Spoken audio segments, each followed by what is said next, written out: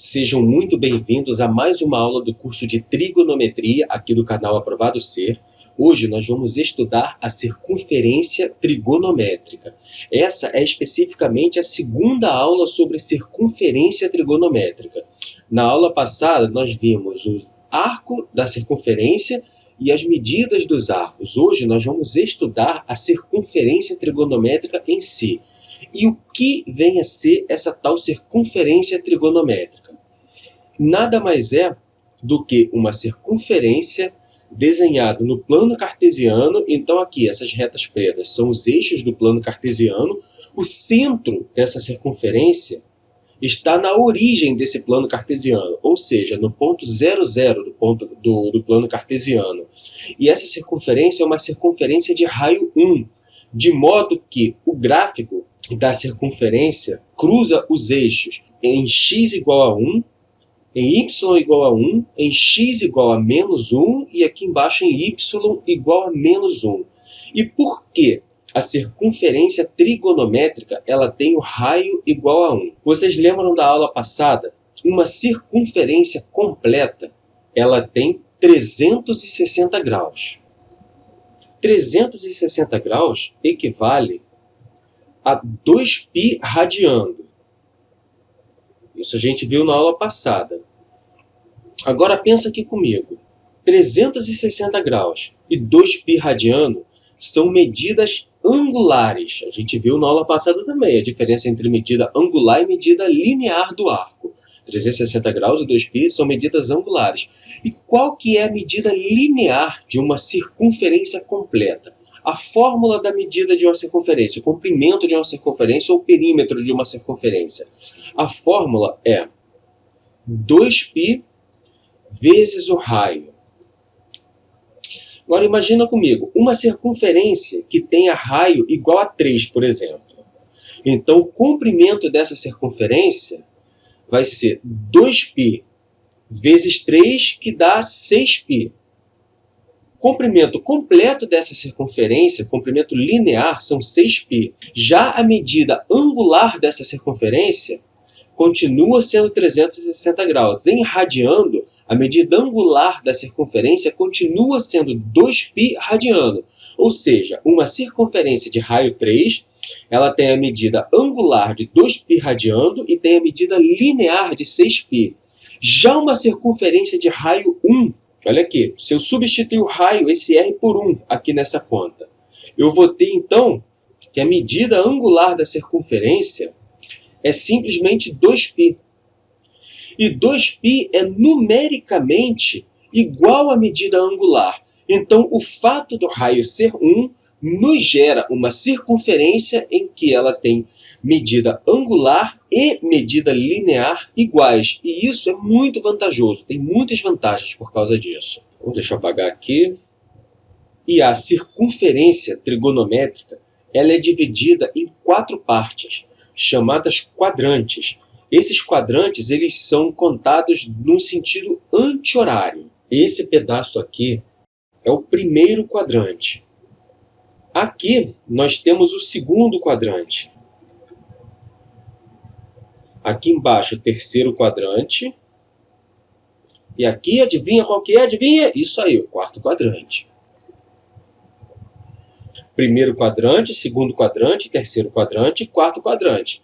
A circunferência trigonométrica ela é orientada no sentido anti-horário. Aqui, no ponto x igual a 1, y igual a 0, exatamente nesse ponto da circunferência trigonométrica, é a origem da circunferência trigonométrica. Então aqui a gente pode dizer que é o 0 grau.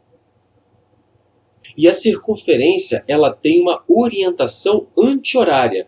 Então, para cá, a medida do arco cresce, ela é positiva, e para cá a medida do arco diminui, ela é negativa.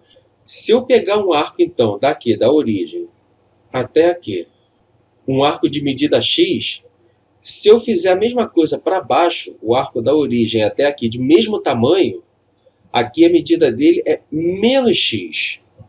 Então, esse ângulo aqui é x, esse ângulo aqui embaixo, menos x. Por exemplo, se aqui for um ângulo de 30 graus, aqui embaixo vai ser um ângulo de menos 30 graus. Então vamos seguir aqui a orientação da circunferência. Seguindo até aqui, nesse ponto y igual a 1, x igual a 0, y igual a 1, aqui nós temos o ângulo de 90 graus. Se daqui até aqui tem 90 graus, até aqui, que é mais a mesma medida, 90 mais 90. Então, esse ponto aqui é o ângulo de 180 graus, é o arco de 180 graus. Até aqui, 90 com 90, 180. Mais 90, 270 graus. Se eu completar até aqui o final, chega aqui 360 graus. Deixa eu apagar essa bagunça aqui. Agora vamos ver essa mesma medida em radianos. Aqui 0 graus, como é a origem da circunferência trigonométrica, também é 0π. 0, 0, não precisa botar π. Se a circunferência completa são 2π, aqui na metade da circunferência, onde é 180 graus, é π. Simplesmente π. E a metade da metade, se daqui até aqui é π, aqui em cima eu tenho a metade de π. Metade de π é π sobre 2. Então aqui nós temos a medida π sobre 2 radiano. Tudo isso aqui é medida em radiano. Rad, π sobre 2 rad e rad.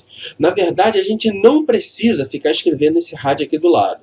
Só de falar que nós estamos fazendo a medida em radiano, já entende-se que tem o rad, né? Aqui é a unidade de medida radiano, mas não precisa colocar o rad. Daqui até aqui, π sobre 2, mais π sobre 2, mais π sobre 2, 3 vezes. Então, 3π sobre 2, aqui embaixo. Que 270 graus equivale a 3π sobre 2. E, por final, 360 graus equivale a 2π. Esses arcos que eu estou mostrando para vocês, o arco de 0 graus, 90 graus, 180 graus, ou π, 270 ou 3π sobre 2, são arcos que não pertencem a nenhum quadrante. Eles são chamados de arcos de eixo. Agora eu vou explicar para vocês dos arcos que pertencem aos quadrantes. Quais são os arcos que pertencem a cada um dos 4 quadrantes? Eu vou explicar os 4 quadrantes para vocês. Nessa circunferência aqui, nós temos esse arco aqui vermelho, que vai até esse ponto aqui, chamar esse arco de X. Então, o ângulo formado por esse arco é o ângulo X, arco X, ângulo X. Então, vamos tratá-lo em radianos. Então, se o arco X pertence ao primeiro quadrante, nós podemos dizer que X pertence ao intervalo que vai de 0 até π sobre 2. Esse colchete aqui aberto para fora indica que o próprio 0 não conta. E aqui indica que o próprio π sobre 2 não conta. Por quê? Como eu falei antes, tanto 0 quanto π sobre 2, eles não pertencem a nenhum quadrante. Eles são arcos de eixo. Então, x pertence ao 0 ao π sobre 2. Ou nós podemos usar também a notação de que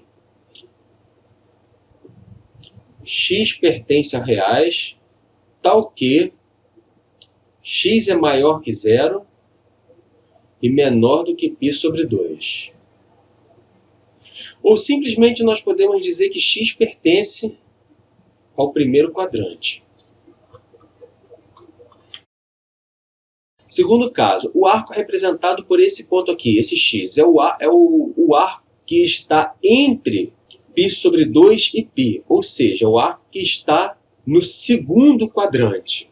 Então, como nós podemos representar esse arco? A gente diz que x pertence ao intervalo aberto que vai de π sobre 2 até π. A outra notação, x pertence aos reais, tal que x é maior do que π sobre 2 e menor do que π. Ou simplesmente x pertence ao segundo quadrante.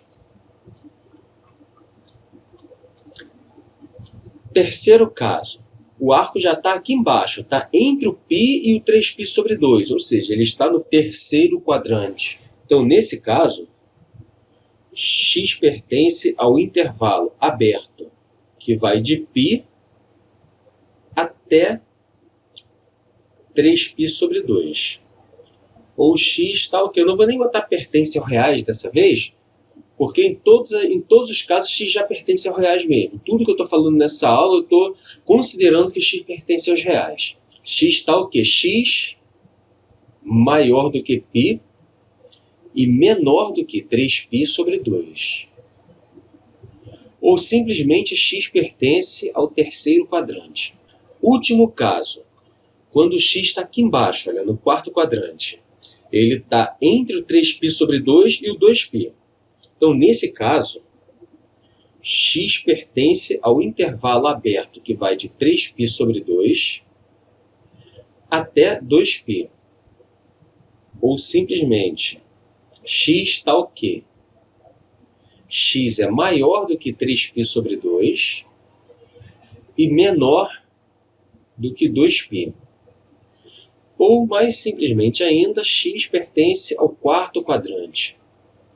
Agora, repara uma coisa. Vocês lembram lá no início da aula que eu falei da orientação do arco? Deixa eu voltar para o primeiro slide. Aqui, para cima orientação positiva e para baixo orientação negativa. Vamos supor então aqui um x que pega esse arco aqui, um arco de 30 graus. Para baixo seria menos 30 graus, porque para baixo é negativo. Mas se eu medir esse menos 30 graus na orientação anti-horária, se eu pegar aqui da origem e vir seguindo aqui, ó, que ângulo vai ser esse? Com o valor do sinal positivo. Se o total aqui é 360 graus, 360 menos 30, aqui eu vou ter 330 graus. Então, esse arco aqui, na verdade, ele mede menos 30 graus se eu estiver seguindo a orientação anti-horária, e ele mede 330 graus seguindo a orientação horária. Qualquer dúvida ou sugestão de vídeo que vocês tenham, pode colocar nos comentários aqui desse vídeo. Se você preferir, pode me mandar um direct no Instagram. E se essa aula está te ajudando, está contribuindo com a sua formação, eu peço que você me ajude também. Simplesmente compartilhe a aula com o pessoal da sua faculdade, escola, sala de aula, curso preparatório. Qualquer pessoa que você sabe que esse conteúdo possa ser útil para ela. O canal está começando agora, ainda não está monetizado pelo YouTube. A forma que você tem de contribuir comigo é essa, simplesmente compartilhando o canal. E não se esquece de você mesmo se inscrever no canal e apertar o sino das notificações. Eu conto com a sua ajuda. Valeu, gente!